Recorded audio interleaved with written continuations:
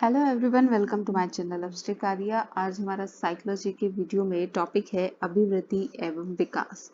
अभिवृद्धि और विकास में हम सबसे पहले पढ़ेंगे कि अभिवृद्धि विकास के लिए वंशानुक्रम और वातावरण दोनों ही यहाँ पर उत्तरदायी है। वंशानुक्रम और वातावरण दोनों ही यहाँ पर उत्तरदायी है। तो यहाँ पर हम देख सकते हैं कि वंशानुक्रम जो व्यक्ति को कहाँ से प्राप्त होता है, जो व्यक्ति को उसके माता पिता से प्राप्त होता है। व्यक्ति की उत्पत्ति स्त्री के अंड यानी स्त्री के जो अंड हैं उसमें 23 क्रोमोसोम उसको स्त्री से मिलते हैं और 23 क्रोमोसोम उसको किससे मिलते हैं, पुरुष से उसको प्राप्त होते हैं। तो टोटल इसमें इस तरीके से 46 क्रोमोसोम होते हैं। ठीक है, और इस 46 क्रोमोसोम में क्या होता है कि यहाँ पर जो हर क्रोमोसोम है यानी एक क्रोमोसोम में कितने जीन्स होते हैं, इसमें 100 जीन्स होते हैं। एक क्रोमोसोम में कितने जीन्स होते हैं, 100 जीन्स होते हैं, यानी लमसम एक व्यक्ति में 4600 जीन्स होते हैं। और ये जीन्स उसकी आनुवंशिकता को निर्धारित करते हैं। आनुवंशिकता यानी उसके माता पिता के जो गुण हैं वही गुण उसके बच्चे में पाए जाते हैं। तो ये उसकी आनुवंशिकता यहाँ पर कहलाती है। इसके बाद नेक्स्ट हम देखते हैं, यहाँ पर नेक्स्ट हम देखेंगे, नेक्स्ट क्या है, अभिवृद्धि। अभिवृद्धि क्या है, अभिवृद्धि जो है वो मात्रात्मक रूप से आप उसे काउंट कर सकते हैं। ठीक है, यानी नापने और तोलने की बात जहां पर आएगी वहां हम किसका उपयोग करेंगे, अभिवृद्धि का यहाँ पर उपयोग हम करेंगे। जैसे कि हम शरीर में बात करें ऊंचाई की, तो ऊंचाई है, आपकी लंबाई है और आपके शरीर का जो भार है, ये सब आप किस में काउंट करेंगे, अभिवृद्धि में काउंट करेंगे। इसके बाद बात करते हैं हम विकास की। तो विकास जो है वो विकास जो है यहाँ पर बालक के गर्भ से, अब हम बात किसकी कर रहे हैं, विकास की। तो विकास बालक के गर्भ से लेके कब तक, वृद्धावस्था तक चलता रहता है। विकास क्या है, गर्भ से वृद्धावस्था तक की स्थिति है, यानी निरंतर आप में विकास उसमें होता रहता है। ठीक है, विकास की प्रक्रिया जो है वो लगातार चलती है। यहाँ पर हम देख सकते हैं विकास की प्रक्रिया लगातार यहाँ पर चलती है। अभिवृद्धि या विकास की प्रक्रियाएं उस समय से ही प्रारंभ हो जाती है जैसे बालक का बीजारोपण होता है, यानी बालक गर्भ में जन्म लेता है। मगर अभिवृद्धि की बात करेंगे तो अभिवृद्धि क्या है, मात्रात्मक है। और विकास क्या है, विकास सार्वभौमिक आ गया, यानी सभी तरीके का हो गया। फिर चाहे वो उसका सामाजिक विकास हो, फिर चाहे वो उसका सांस्कृतिक विकास हो, या फिर उसका अन्य तरीके का शारीरिक विकास हो, बौद्धिक विकास हो, तो ये सब चीजें इसमें आती है विकास में। तो विकास क्या हो गया, मोटे तौर पर हम जो कहते हैं वो विकास है। और सूक्ष्म तौर पर हम बात करेंगे तो किसकी बात करेंगे, वृद्धि की बात करेंगे। विकास क्या है, विकास एक बहुमुखी प्रक्रिया है। विकास क्या है, विकास बहुमुखी प्रक्रिया है। ठीक है, अब यहाँ पर इसके बाद हम देख सकते हैं विकास की अवस्थाओं के बारे में हम यहाँ से बात करेंगे। तो सबसे पहले हम बात करेंगे शेषुवावस्था। शेषुवावस्था जो है यहाँ पर जन्म से लेकर 5 या 6 साल तक की आप अवस्था को कौन सी अवस्था कह सकते हैं, शेषुवा अवस्था कह सकते हैं। जन्म से लेके 5 या 6 वर्ष की आयु को। बाल्यावस्था जो होती है वो आपकी एक जनरल बाल्यावस्था है, वो 5-6 वर्ष की आयु से लेके 11-12 वर्ष की आयु आपकी कौन सी कहलाती है, बाल्यावस्था कहलाती है। इसके बाद किशोरावस्था की बात करें तो 12 वर्ष से लेके 18 वर्ष तक की आयु जो है आपकी वो किशोरावस्था कहलाती है। इसके बाद में प्रौढ़ावस्था की बात करें तो प्रौढ़ावस्था जो है वो 18 से के बाद की जो आयु आपकी है वो आपकी क्या कहलाती है, प्रौढ़ावस्था यहाँ पर कहलाती है। नेक्स्ट हम पढ़ेंगे कि ईबी हरलॉक के अनुसार विकास की अवस्थाएं कौन कौन सी है। तो सबसे पहले है गर्भाधान काल। गर्भाधान काल में क्या होता है कि जन्म से पहले की अवस्था, हरलॉक ने गर्भाधान काल को भी इसमें काउंट किया है। इसमें क्या है, जन्म से पहले की अवस्था, जन्म से पहले की अवस्था, ठीक है, जन्म से पहले की अवस्था। शिशुअवस्था में आएंगे आप तो यहाँ हम ले सकते हैं जन्म से 2 सप्ताह की इन्होंने बात की है, यानी 14 दिन का बच्चा इन्होंने शिशुअवस्था में लिया है। नेक्स्ट शिशु काल की यहाँ बात करें तो 2 सप्ताह से 2 वर्ष की इन्होंने यहाँ पर बात की है। 2 सप्ताह से 2 वर्ष का बच्चा इन्होंने शिशु काल में लिया है। उसके बाद शिशु काल के बाद है बाल्यावस्था, तो वो है 2 वर्ष से 11 या 12 साल का बच्चा जो है वो बाल्यावस्था में है। इसकी 2 फेज इन्होंने मानी है। पहली तो है पूर्व बाल्यावस्था, ठीक है, और दूसरी है आपकी उत्तर बाल्यावस्था। पहली आपकी पूर्व बाल्यावस्था और दूसरी है आपकी उत्तर बाल्यावस्था। पूर्व बाल्यावस्था में हम 6 वर्ष तक की एज काउंट करेंगे, ठीक है। 2 साल से 6 साल हमारी पूर्व बाल्यावस्था है और 6 से 12 की बात हम करें, यानी 7 से 12 की हम बात करेंगे उत्तर बाल्यावस्था में। किशोरावस्था की बात करें तो 12 से लेके 18 या 20 वर्ष जिसे हम कह सकते हैं, 12 से 18 का टाइम जो इन्होंने माना है वो किशोरावस्था है। इसे भी 3 फेज में यहाँ पर इन्होंने काउंट किया है। पहला है प्रारंभिक किशोरावस्था। प्रारंभिक किशोरावस्था, प्रारंभिक किशोरावस्था इसमें जो एज ली है वो है यहाँ पर 12 से 15 वर्ष, ठीक है, 12 से 15 वर्ष।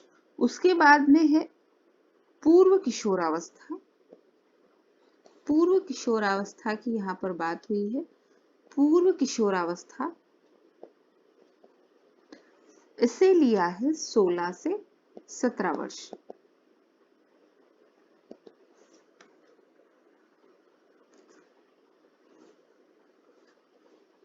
प्रारंभिक किशोरावस्था वो ली है इन्होंने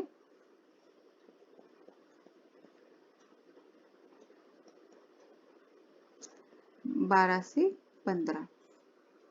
फिर लिया है पूर्व किशोरावस्था। पूर्व किशोरावस्था ली है इन्होंने 15 से 16 और उसके बाद है उत्तर किशोरावस्था और उत्तर किशोरावस्था ली है उन्होंने 16 से 20। तो इस तरीके से ये हरलॉक का, ईबी हरलॉक का ये वो था, अवस्थाएं उन्होंने बताई थी। इसके बाद कॉल महोदय की अगर बात करें तो कॉल महोदय ने शेषवावस्था की बात करी। शेषवावस्था जो ली है इन्होंने वो ली है 0 से 2 वर्ष, 0 से 2 वर्ष, ठीक है। उसके बाद में प्रारंभिक बाल्यावस्था जो ली है वो 2 से 5 साल की ली है। फिर मध्य बाल्यावस्था में जो है वो 6 साल के बच्चे से लेके 12 साल के बच्चों की उन्होंने मध्य बाल्यावस्था ली है। पूर्व किशोरावस्था की बात करें तो 13 से 14 साल की अगर जो बात की है वो पूर्व किशोरावस्था है। फिर उसके बाद है आरंभिक किशोरावस्था जो कि 15 से 16 साल की बात हुई है। मध्य किशोरावस्था 17 से 18 साल की बात हुई है। उत्तर किशोरावस्था 19 से 20 साल की यहाँ पर बात हुई। इसके अलावा इसके बाद में जो अवस्था है वो आपकी कौन सी स्टार्ट हो जाती है, प्रौढ़ावस्था यहाँ पर शुरू हो जाती है। काल्सनिक के द्वारा बताए गए विकास की प्रमुख अवस्थाएं यहाँ पर जो आपने देखी है काल्सनिक की है। काल्सनिक की हम पढ़ेंगे तो शेषवावस्था यहाँ सबसे पहले पढ़ते हैं। शेषवावस्था 0 से 3 है। प्रारंभिक शेषवा की बात करें तो यहाँ पर ये 0 से 3 सप्ताह है, ठीक है, 0 से 3 सप्ताह की यहाँ बात की है। फिर उसके बाद में प्रारंभिक शेषवावस्था 1 महीने से 15 महीने तक, 1 महीने से 15 महीने तक यहाँ पर प्रारंभिक जो शेषवावस्था की बात हुई है। उत्तर शेषवावस्था 15 महीने से 30 महीने तक। उत्तर शिशुअवस्था 15 महीने से 30 मंथ का जो चाइल्ड है आपका, वो उत्तर शिशुअवस्था में है। पूर्व बाल्यावस्था 30 महीने का मतलब क्या हो गया, ये आपका 2.5 साल का बच्चा हो गया। 2.5 साल के बच्चे से लेके 5 साल के बच्चे तक को अपन ने किस में रखा है, पूर्व बाल्यावस्था में रखा है। मध्य बाल्यावस्था की बात करें तो 5 साल से बच्चे से लेके 9 साल तक के बच्चे को हमने मध्य बाल्यावस्था में रखा है। उत्तर बाल्यावस्था की बात करें तो 9 साल के बच्चे से लेके 12 साल के बच्चे को हमने किससे रखा है, उत्तर बाल्यावस्था में रखा है। और किशोरावस्था की बात करें तो 12 से लेके 21 वर्ष को हमने किस में रखा है, किशोरावस्था में रखा है। तो ये कार्लसनिक का डिवाइडेशन था। इसके बाद में बालक के विकास को प्रेरित करने वाले घटक कौन कौन से हैं, तो यहाँ हम देख सकते हैं कि जो बच्चा है अगर उसे पौष्टिक आहार प्रॉपर मिलता है, बच्चे को पौष्टिक आहार अगर बच्चे को मिलता है तो बच्चा क्या होता है, स्वस्थ होता है। वातावरण जो है वो बच्चे को पूर्ण रूप से प्रभावित करता है। यदि वातावरण उसका अच्छा है, स्वस्थ वातावरण में रहने वाले बच्चों का जो मानसिक और शारीरिक विकास है वो बहुत अच्छा होता है। बच्चे को बुद्धि का जो विकास का जितना बुद्धि है वो उसके विकास को बहुत प्रेरित करती है, क्योंकि भिन्न भिन्न व्यक्तियों बालकों में भिन्न भिन्न बुद्धि पाई जाती है। प्रत्येक बच्चे की व्यक्तिगत भिन्नता होती है। हर बच्चा अपने आप में अलग होता है। कोई भी बच्चा दूसरे बच्चे से समानता नहीं दिखाता।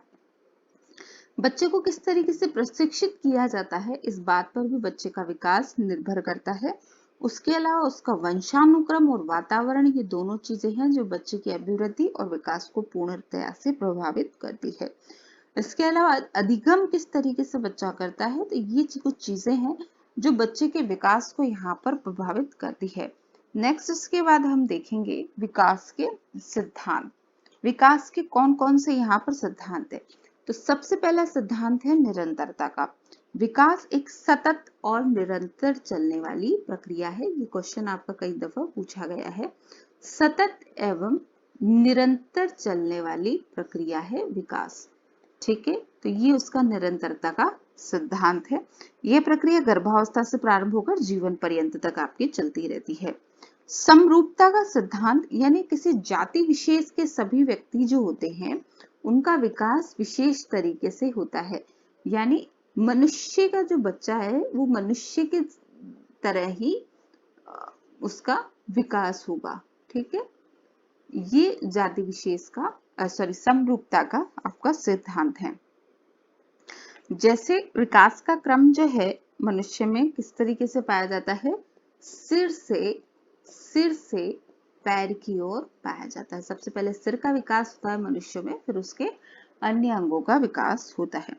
व्यक्तिगत विभिन्नता की बात करें तो किसी भी जाति विशेष के सदस्यों के में भी भिन्नता पाई जाती है, ठीक है, भिन्नता पाई जाती है। प्रत्येक बच्चे जो हैं सभी मनुष्य के वो सब अलग अलग होते हैं। अनियमितता का सिद्धांत, विकास की जो गति है वो क्या है, सदैव नियमित नहीं होती, ठीक है, सदैव नियमित नहीं होती विकास की गति। एकीकरण की अगर बात करें तो एकीकरण संपूर्ण प्रक्रिया जो है, संपूर्ण प्रक्रिया एकीकृत होकर चलती है। ऐसा नहीं है कि पहले सिर का हो रहा हो तो सिर का ही हो रहा है। संपूर्ण प्रक्रिया जो है वो एकीकृत होकर चलती है। वर्तुलाकार की अगर बात करें तो किसी भी प्राणी का विकास लंबवत नहीं होता। प्राणी केवल लंबाई ही प्राप्त नहीं करता, वह चारों ओर भी फैलता है, ठीक है। सिर्फ ऐसा नहीं है कि वो इसी डायरेक्शन में फैलता है, वो चारों तरफ से उसका संपूर्ण रूप से चहुमुखी उसका विकास होता है। सामान्य से विशिष्ट है तो सामान्य बालक क्या करता है, सबसे पहले सामान्य प्रक्रियाओं को सीखता है, उसके बाद में विशिष्ट प्रक्रियाओं को सीखता है। ये आपका सामान्य से विशिष्ट का सिद्धांत है। परस्पर संबंध का सिद्धांत, तो बालक के विभिन्न गुण परस्पर संबंधित होते हैं। यानी जिस तरीके से उसके बुद्धि का विकास होगा, ठीक है, जिस तरीके से बुद्धि का विकास होगा उसी के साथ साथ उसका शारीरिक विकास भी होगा, या यूं कह सकते हैं कि शारीरिक विकास के साथ साथ ही उसका मानसिक विकास भी होगा। वंशानुक्रम व वातावरण का सिद्धांत, तो यहाँ पर हम देख सकते हैं कि वंशानुक्रम और वातावरण दोनों ही समान रूप से किसी भी बालक के विकास को प्रभावित करते हैं। ठीक है, निश्चित दिशा यानी सेफेलोकॉर्डल प्रॉक्सिमोडिस्टल, ये दो सिद्धांत यहाँ पर दिए हैं। निश्चित दिशा के सिद्धांत में सबसे पहले है सेफेलोकॉर्डल। सेफेलोकॉर्डल का मतलब हो गया कि सिर से पैर का सिद्धांत। सेफेलोकॉर्डल सिर से पैर का सिद्धांत आपका होता है कि सबसे पहले सिर का विकास होता है, फिर उसके बाद में पैर का विकास होता है। और उसके अलावा है प्रॉक्सिमोडिस्टल, इसका मतलब है अंदर से बाहर की ओर विकास का सिद्धांत, यानी सबसे पहले किसका विकास होगा? सबसे पहले हृदय का विकास होता है, फिर उसके बाद में उसकी छाती का और उसके बाह्य अंगों का विकास होता है। तो दो सिद्धांत होते हैं निश्चित दिशा के, पहला तो है आपका सेफेलोकॉर्डल और दूसरा है आपका प्रॉक्सिमोडिस्टल। तो इससे भी कई दफा क्वेश्चंस पूछे जाते हैं। तो ये आपके कुछ इंपॉर्टेंट विकास के सिद्धांत थे। वंशानुक्रम की अगर बात करें तो वंशानुक्रम के कौन से सिद्धांत है? सबसे पहले है समानता का सिद्धांत, दूसरा है विभिन्नता का सिद्धांत और तीसरा है बीज कोश की निरंतरता का सिद्धांत। समानता का सिद्धांत वही है कि मनुष्य का जो बच्चा है वो मनुष्य के अनुसार ही डेवलप होगा। गाय भैंस जो बच्चा है गाय भैंस या बकरी का, वो उनके अकॉर्डिंग ही यहाँ पर डेवलप होगा। विभिन्नता का सिद्धांत जो है वो किसने दिया है? डार्विन और लेमार्क ने दिया है विभिन्नता का सिद्धांत। उसके बाद है बीज कोश की निरंतरता का सिद्धांत, तो ये किसने दिया है? ये विजमैन ने यहाँ पर दिया है। तो ये वंशानुक्रम है। वंशानुक्रम आनुवंशिकी बच्चे को किससे मिलती है? उसके माता पिता से यहाँ पर मिलती है। यहाँ पर एक परिभाषा और आती है कि पार्कर के अनुसार हमारा 9/10 भाग जो है, पार्कर के अनुसार 9/10 भाग जो है वो जन्मजात होता है, यानी वंशानुकृत होता है। ठीक है, वंशानुकृत होता है। तथा 1/10 भाग जो है वो 1/10 भाग कौन सा होता है? अर्जित होता है। 1/10 भाग कैसा होता है? अर्जित होता है। ये पार्कर के अनुसार सिद्धांत दिया गया है। इसके बाद व्यक्ति के विभिन्न विकास की अवस्थाएं हम एक एक करके यहाँ पर पढ़ेंगे। कि सबसे पहले हम पढ़ेंगे विकास की शेषवावस्था। शेषवावस्था सामान्य तौर पर जैसा हमने माना कि जन्म से लेके 5 वर्ष तक शेषवावस्था हमने सामान्य तौर पर मानी है। बाकी प्रत्येक व्यक्ति ने या प्रत्येक साइंटिस्ट ने अलग अलग यहाँ पर डिवाइडेशन इनका दिया है। तो यहाँ पर हम देख सकते हैं कि सबसे पहले शिशुअवस्था में बच्चा जो होता है वो क्या होता है? अंतर्मुखी होता है। आधे घंटे बाद, बच्चे के जन्म के आधे घंटे बाद ही उसकी नेत्रेंद्रियां यानी आंखें जो है वो खुल जाती है, यानी वो काम करने लगती है। इसके अलावा बालक जो है वो बालिकाओं से यानी लड़के जो है वो लड़कियों से कम आधा इंच यानी आधा इंच बड़े पैदा होते हैं। लड़के जन्म के समय लड़कियों से आधा इंच लंबे होते हैं, यानी लड़के जो हैं वो आधा इंच लंबे पैदा होते हैं लड़कियों से। नवजात की शिशु जो होता है उसके अंदर उसका सिर जो है वो सिर उसका क्या होता है? बहुत बड़ा होता है, यानी सिर से पैर का उसमें विकास होता है। यहाँ पर हम देख सकते हैं कि जन्म के समय जो बच्चे का जन्म के समय मस्तिष्क का भार जो है, जन्म के समय मस्तिष्क का भार जो कि 350 ग्राम होता है, वो शेषवावस्था की समाप्ति यानी 5 वर्ष तक आते आते कितना हो जाता है? 1250 ग्राम यहाँ पर हो जाता है, यानी 1.25 kg में अगर हम बात करें तो 1.250 kg यहाँ पर उसके सिर का भार हो जाता है। अब कुल भार का नवजात शिशु में मांसपेशियों की अगर हम बात करें, मांसपेशियों की अगर हम बात करें, मांसपेशियां जो है, मांसपेशियां कितनी काम करती है, तो 30 से 25% नवजात शिशु की मांसपेशियां यहाँ पर वर्किंग प्रोसेस में होती है। शारीरिक विकास इनका बहुत तेज होता है, ठीक है। मानसिक विकास इनका बहुत तीव्र होता है। शारीरिक और मानसिक दोनों ही विकास इनके बहुत अधिक तीव्र होते हैं। व्यवहार प्राय मूल प्रवृत्ति जन्म के होते हैं, यानी बच्चों में जन्म के समय कुछ मूल प्रवृत्तियां पाई जाती है, उन्हीं के अनुसार इनका व्यवहार होता है, जैसे रोना और हंसना, ये सब क्रोध, संवेग, ये इनकी मूल प्रवृत्तियां होती है। खेलने की इनमें तीव्र प्रवृत्ति होती है। खेलने की इनमें तीव्र प्रवृत्ति होती है।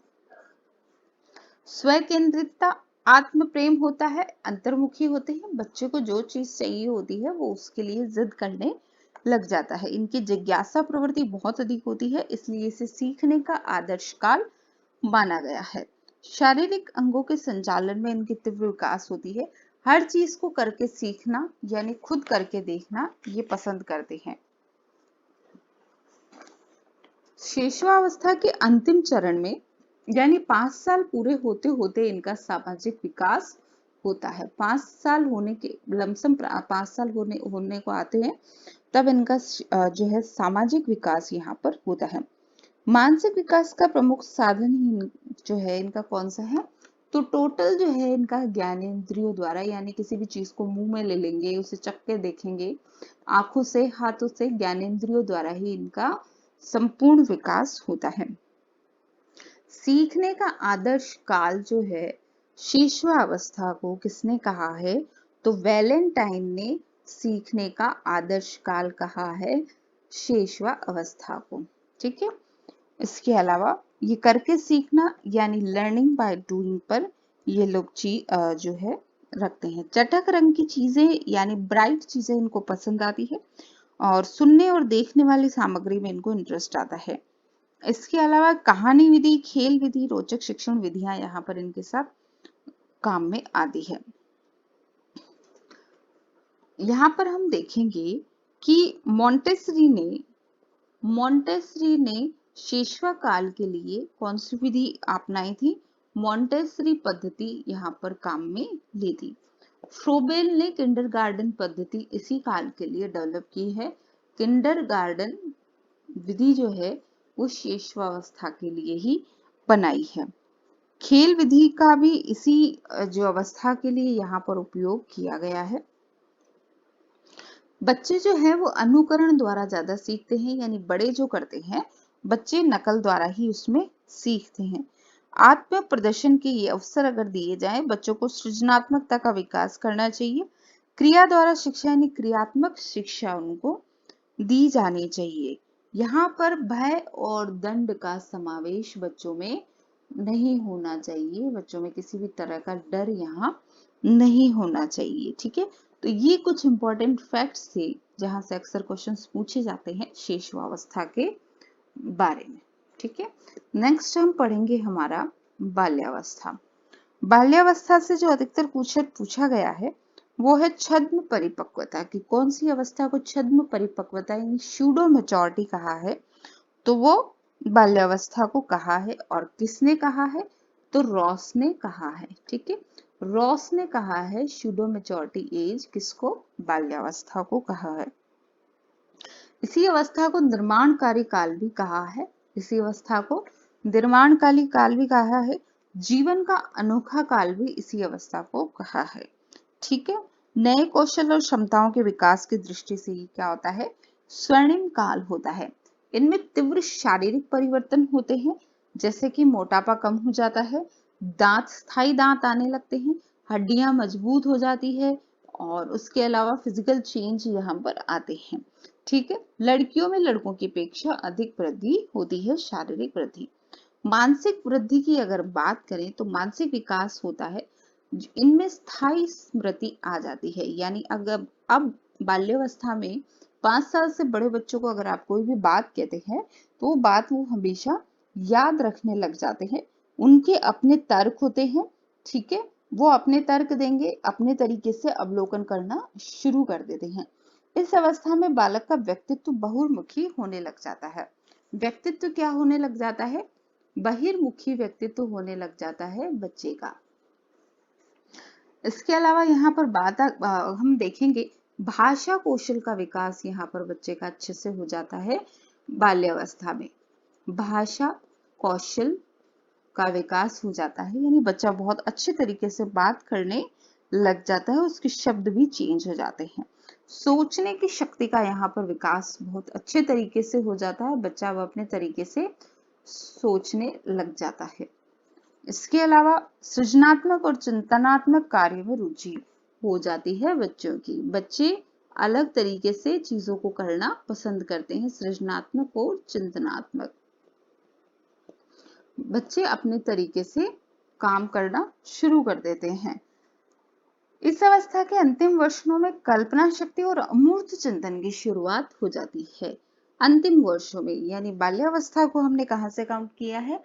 5 से 12 वर्ष हमने बाल्यावस्था के लिए लिया है, यानी 12 वर्ष तक बच्चा आ जाता है तो उसमें क्या हो जाता है? एक तो कल्पना शक्ति उसकी बहुत अधिक बढ़ जाती है और अमूर्त चिंतन उसमें बढ़ जाता है, यानी चीजों को बिना देखे भी वो उनके बारे में समझने लग जाता है। ठीक है, संवेगात्मक विकास की बात करें तो सबसे पहले बच्चे में भय और प्रेम के संवेगों का विकास होता है।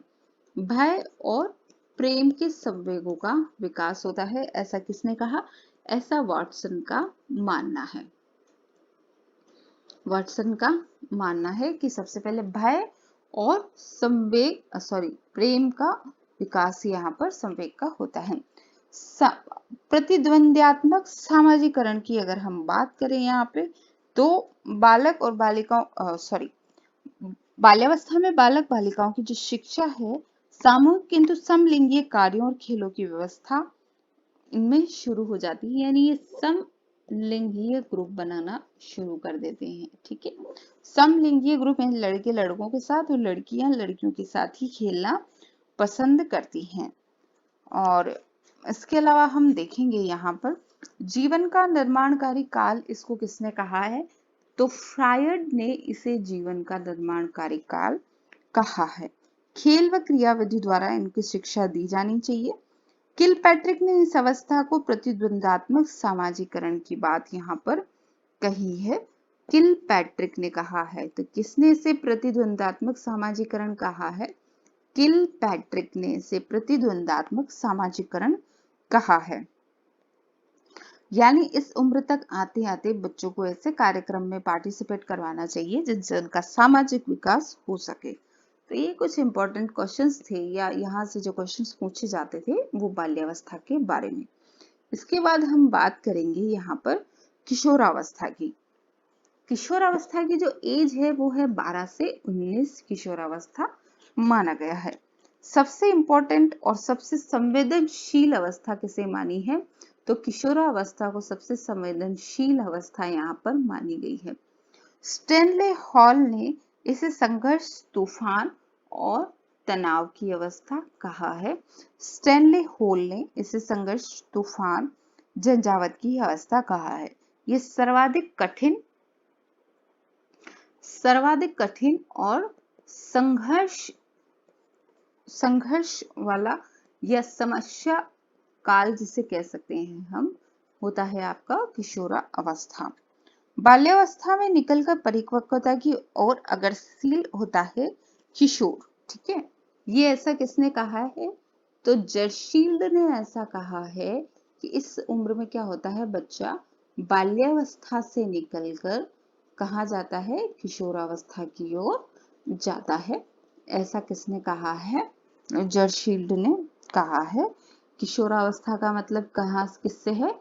परिपक्वता से है, कि बाल्यावस्था से परिपक्वता की ओर जाता है बच्चा। ठीक है, ऐसा जर्शील्ड ने कहा है। आकस्मिक विकास के सिद्धांत के अनुसार यहाँ पर किशोर में शारीरिक, मानसिक और संवेगात्मक परिवर्तन जो होते हैं वो आकस्मिक होते हैं, यानी किशोरों में मानसिक शारीरिक जो विकास होता है वो क्या होता है, आकस्मिक होता है। थार्नडाइक, किंग और हॉलिंगवर्थ क्रमिक विकास के सिद्धांत के समर्थक हैं। जो आकस्मिक विकास का सिद्धांत है वो किसने दिया है, स्टेनले हॉल ने दिया है। किसने दिया है, स्टेनले हॉल ने आकस्मिक विकास का सिद्धांत दिया है।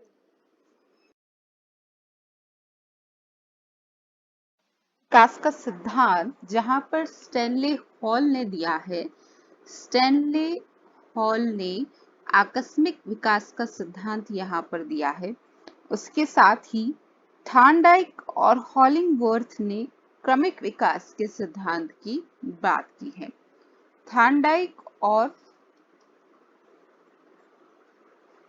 हॉलिंग ने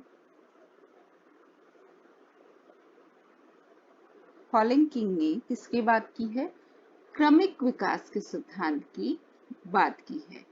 अब यहाँ पर आकस्मिक विकास का जो सिद्धांत है वो ये कहता है कि किशोरावस्था में आते आते बच्चों में अचानक से चेंजेस होते हैं। ये आकस्मिक विकास का सिद्धांत है स्टेनले हॉल का। जबकि थार्नडाइक और हॉलिंग किंग के अनुसार जो बच्चे में विकास होता है वो क्रमिक रूप से होता है, ऐसे अचानक से उसमें विकास नहीं होता है। अब कुछ विशेषताएं हमें यहाँ पर देखने को मिलती है। लड़कियों का शारीरिक विकास लड़कों की अपेक्षा अधिक होता है। लड़कियों का जो है शारीरिक विकास लड़कों की अपेक्षा अधिक होता है। ठीक है, लड़कियों का शारीरिक विकास लड़कों की अपेक्षा अधिक होता है। यहाँ पर यौनांगों का विकास पूर्णता प्राप्त कर लेता है। इसके अलावा लड़कों में दाढ़ी मूंछ आने लगती है, लड़कियों की आवाज पतली हो जाती है। शेषवावस्था के समहानी व पुनः विषम लिंगीय समूह बनाना शुरू कर देते हैं। ठीक है, तो ये विषम लिंगीय समूह की भावना किसके अनुसार हो गई, शेषवावस्था के अनुसार यहाँ पर हो गई।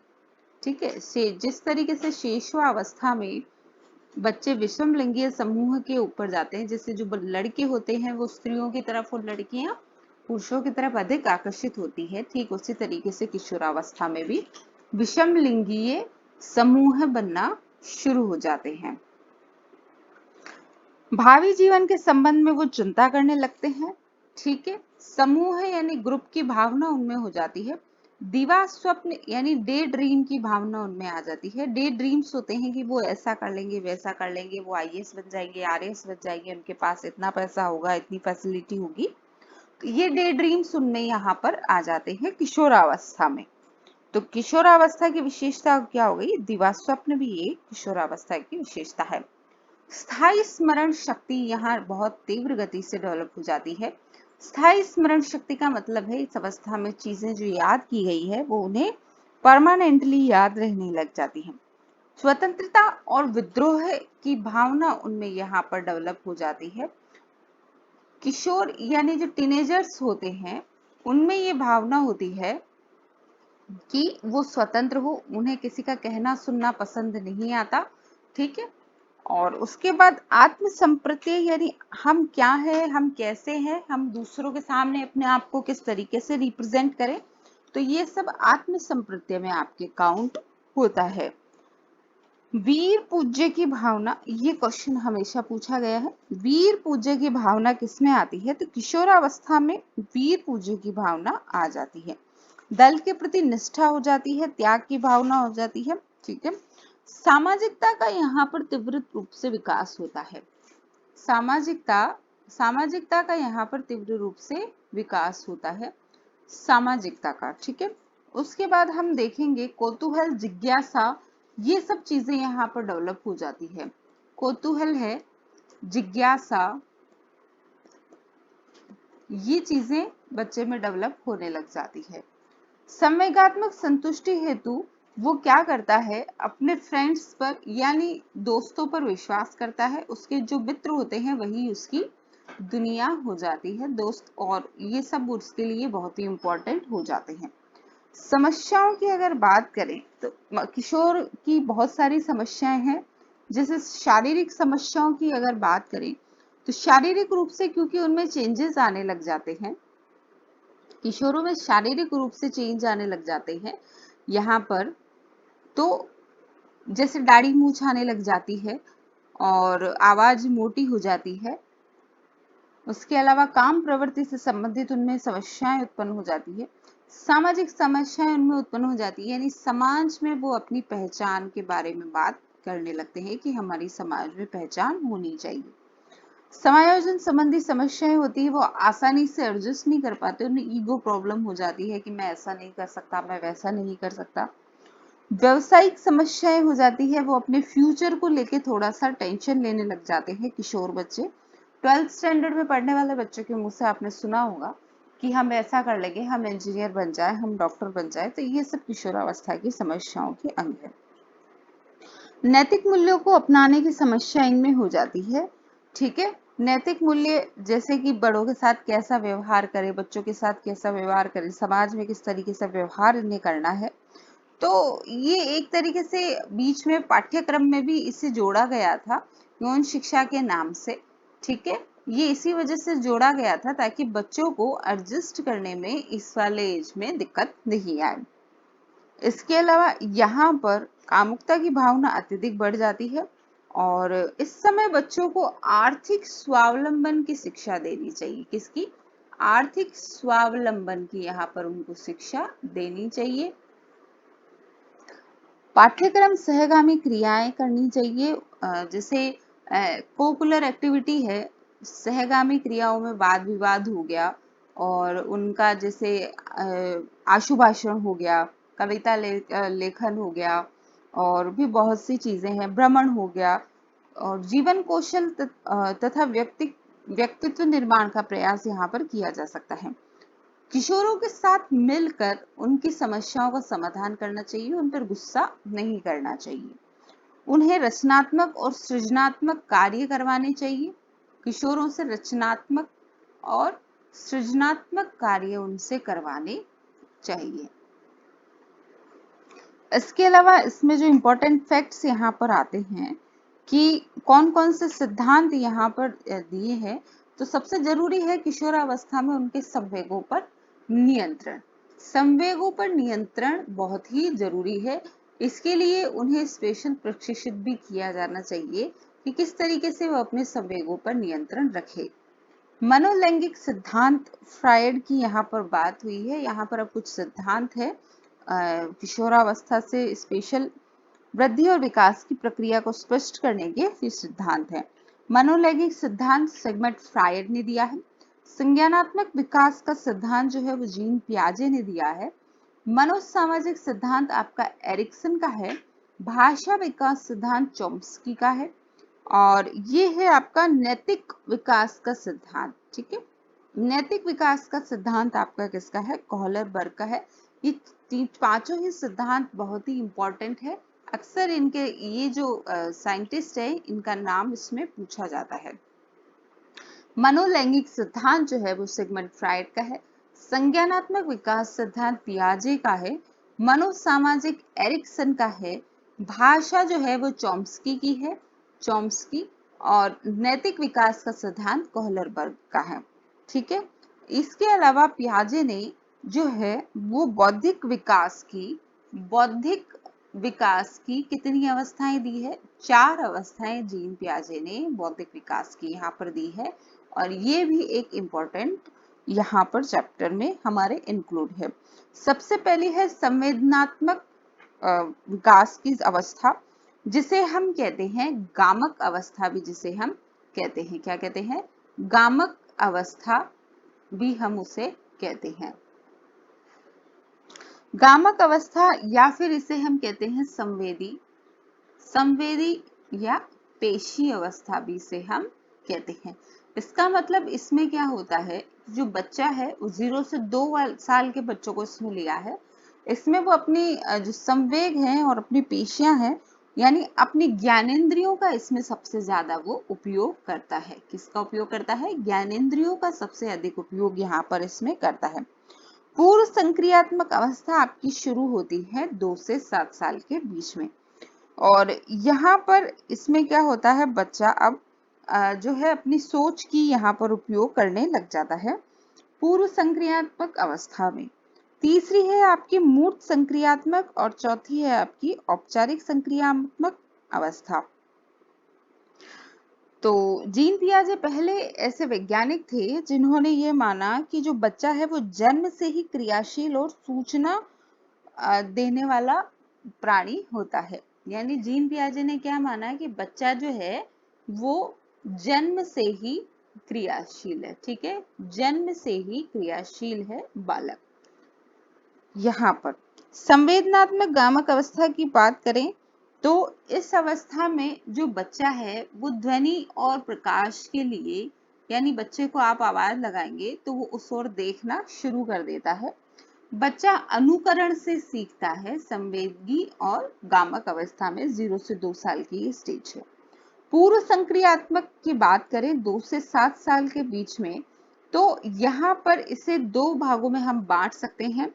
तो पहला है पूर्व प्रत्यात्मक यानी प्री कंसेप्चुअल स्टेज जिसे कहेंगे, प्री कंसेप्चुअल स्टेज जिसको हम कहेंगे। और दूसरी स्टेज जो है आपकी वो है आत्म प्रज्ञाकार यानी इंट्यूटिव स्टेज, इंट्यूटिव स्टेज जिसको हम यहाँ पर कहेंगे। तो ये जो एज है प्री कंसेप्चुअल, ये 2 से 4 साल यहाँ पर मानी गई है और इंट्यूटिव स्टेज जो है आपकी वो 4 से 7 साल यहाँ पर मानी गई है। अब यहाँ हम देखेंगे कि ये 2 से 4 साल वाली जो एज है आपकी, इस 2 से 4 साल वाली एज में बच्चा क्या करता है, बच्चा जो है वो भाषा का विकास करता है। किसका विकास करता है? भाषा का विकास यहाँ पर करता है 2 से 4 साल के बीच में। इस वक्त क्या होता है, बच्चे को सिर्फ 200 शब्द यहाँ पर ज्ञात होते हैं। ठीक है, बच्चे को 200 शब्द ज्ञात होते हैं, जबकि 6 वर्ष का जो बच्चा होता है उस बच्चे को कम से कम 16,000 से लेके 18,000 शब्द का ज्ञान उसे हो जाता है। ये आप बेसिक डिफरेंस यहाँ पर देख सकते हैं। 2 साल के बच्चे को 200 शब्द याद रहते हैं और 6 साल के बच्चे को 16,000 से लेके 18,000 तक के शब्द उसे ध्यान रहते हैं। पूर्व संक्रियात्मक अवस्था में बालक क्या है, सामाजिक खेल अधिक खेलता है। जैसा कि वो घर में देखता है वही खेल वो खेलता है। और जो आपकी इंट्यूटिव जो स्टेज है ये वाली, जिसे हम 4 से 7 साल की कहेंगे, उसमें क्या होगा, बालक बिना विचार के बात को ग्रहण कर लेता है। नेक्स्ट स्टेज आपकी आती है मूर्त संक्रियात्मक अवस्था। तो बालक जो है वो तार्किक चिंतन व क्रियात्मक विचारों को महत्व इसमें देता है। मूर्त संक्रियात्मक में क्या होता है, बच्चा तार्किक चिंतन और इसके साथ में ही क्रियात्मक विचारों को महत्व यहाँ पर देता है।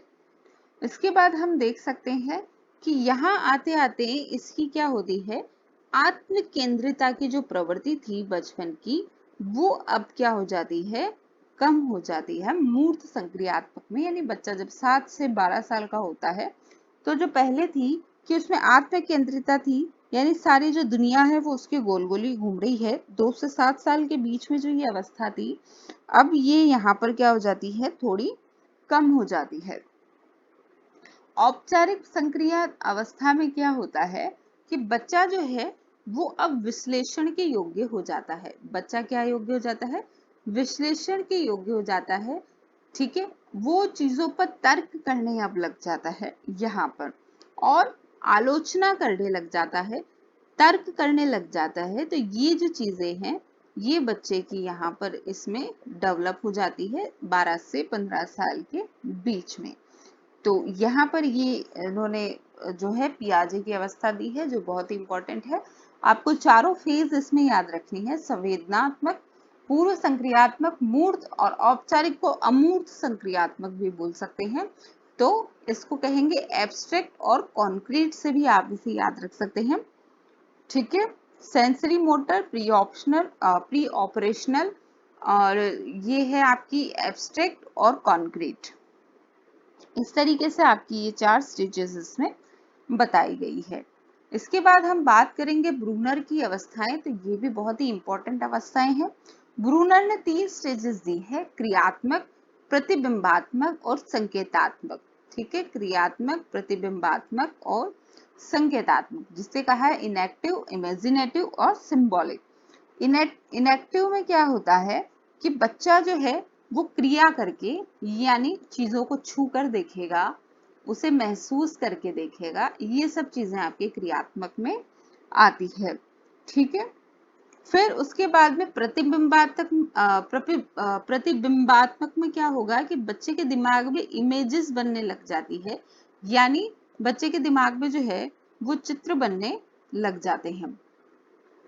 चित्र यहाँ पर बनने लग जाते हैं बच्चे के दिमाग में। ठीक है, यहाँ पर वो क्रिया करके देखता है, क्रिया करके देखता है। चित्रों की सहायता से इस वाली एज में वो समझने की कोशिश करता है। दूसरा आता है संकेतात्मक अवस्था, जैसे सिंबॉलिक स्टेज भी कहा है। सिंबॉलिक स्टेज में अब क्या करेगा कि वो जो है संकेत की सहायता से समझने लग जाता है, संकेत और चिन्ह की सहायता से समझने लग जाता है। यानी जो छोटा बच्चा है उसको अगर आपको समझाना है तो आपको आपके हाथ के इशारे या फिर चेहरे की एक्सप्रेशन उसको आपको दिखानी पड़ेगी। फिर उसके बाद में इमेजिनेटिव में क्या होता है कि आपने बच्चों की बुक्स देखी होगी, तो उसमें क्या होता है बड़े बड़े चित्र ज्यादा होते हैं, कलरफुल बुक्स होती है, क्योंकि बच्चे क्या है चीजों को देखकर समझने की कोशिश करते हैं, उनके दिमाग में इमेज बनती है। उसके बाद आता है सिंबॉलिक, जो आप जनरल किताबें पढ़ते हैं जहां हम अक्षर ज्ञान जिन्हें करा देते हैं, जैसे ABCD जिसे उनको पढ़ा देते हैं, तो वो क्या होता है चिन्ह वो समझने लग जाते हैं, मैथ्स के चिन्ह है ये सब वो समझने लग जाते हैं। अब इसमें इस चैप्टर में कुछ इंपॉर्टेंट फैक्ट्स थे जो हम यहाँ पर रिकॉल करेंगे। तो बाल्यावस्था को सबसे पहला है हमारा कि बाल्यावस्था को किलपैट्रिक ने प्रतिद्वंदात्मक सामाजिकरण की अवस्था कहा है। तो ये मैंने पहले भी बताया था कि प्रतिद्वंदात्मक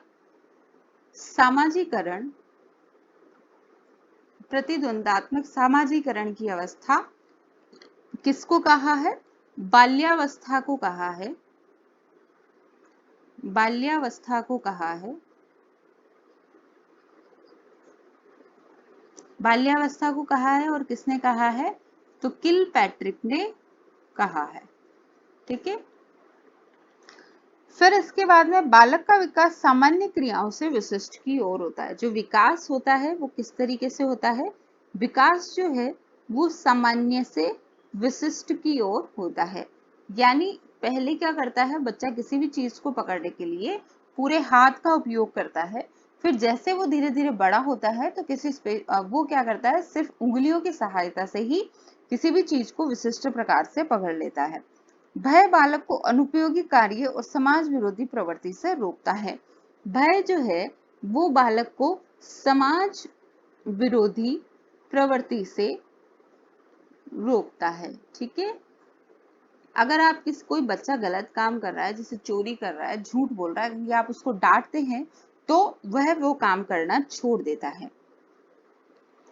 बालक में सर्वप्रथम भय और प्रेम संवेग विकसित होते हैं। तो बालक में सर्वप्रथम कौन से संवेग विकसित होते हैं? तो सर्वप्रथम प्रेम और संवेग, प्रेम और जो है भय संवेग उसमें विकसित होते हैं। या तो बच्चा प्रेम करना सीखता है या फिर डरना सीखता है। किशोरावस्था में कौन सा संवेग, यहाँ पर किशोरावस्था में कौन सा संवेग है जो काल्पनिक परिस्थिति से उत्पन्न होता है? काल्पनिक परिस्थिति से उत्पन्न होता है। तो जो भय संवेग है वो भय संवेग काल्पनिक परिस्थिति से उत्पन्न यहाँ पर होता है किशोरावस्था में। शैशव अवस्था के लिए उत्तम शिक्षण विधियां कौन सी है? तो शैशव अवस्था के लिए किंडरगार्टन है, ठीक है, और मॉन्टेसरी विधि है, खेल विधि है। तो ये सब विधियां कब काम आती है? शैशवावस्था में काम आती है। क्रोध संवेग का विकास कब सबसे ज्यादा होगा? तो क्रोध संवेग का विकास जो है, क्रोध संवेग का विकास 8 से 9 वर्ष की उम्र में, 8 से 9 वर्ष की उम्र में सबसे ज्यादा होता है। 8 से 9 वर्ष की उम्र में सबसे ज्यादा क्रोध संवेग का विकास यहाँ पर होता है। किशोरावस्था तनाव और द्वंद्व की अवस्था है। यह तनाव, संघर्ष और तूफान की अवस्था है। ऐसा किसने कहा है? तो तनाव, संघर्ष, तूफान की अवस्था किशोरावस्था को, तनाव, संघर्ष, तूफान की अवस्था स्टैनले हॉल ने कहा है। ये क्वेश्चन कई बार इस चैप्टर में से पूछा जा चुका है। जन्म के समय शिशु में उत्तेजना के अनुभव के अलावा कोई संवेग नहीं होता। जन्म के समय बच्चे में उत्तेजना संवेग होता है केवल। उसके बाद सबसे पहले जो उसमें संवेग डेवलप होता है वो होता है प्रेम, और दूसरा होता है भय। ठीक है, प्रेम और भय दो संवेग उसमें यहाँ पर डेवलप होते हैं। और इसके साथ ही ये चैप्टर यहीं पर खत्म है। इस चैप्टर के क्वेश्चन आंसर जो है वो हम नेक्स्ट वीडियो में करेंगे। तो इस चैप्टर में बस इतना ही। तब तक के लिए धन्यवाद।